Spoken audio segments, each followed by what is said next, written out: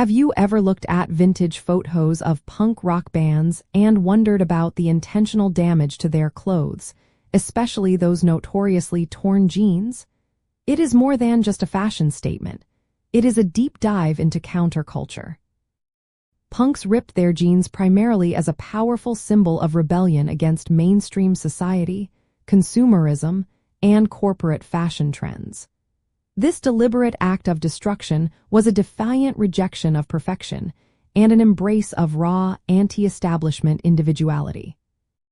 The core reason behind this aesthetic lies in the punk ethos of do-it-yourself, or DIY rather than buying expensive, pristine clothing.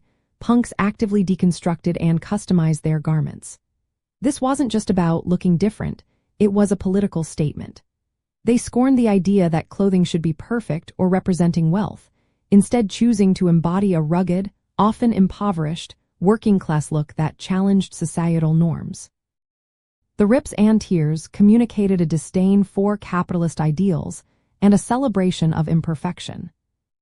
To achieve this look, punks often used everyday tools like razors, scissors, or even sandpaper to tear and fray their denim. They would then reinforce these rips with safety pins, patches, or even stitches, further personalizing each garment. This process made every pair of jeans unique, reflecting the wearer's personal political stance and artistic expression, rather than a mass-produced uniform. This practice also drew inspiration from art movements like Dadaism, which challenged traditional art and beauty, and the Situationist International, which advocated for disrupting everyday life.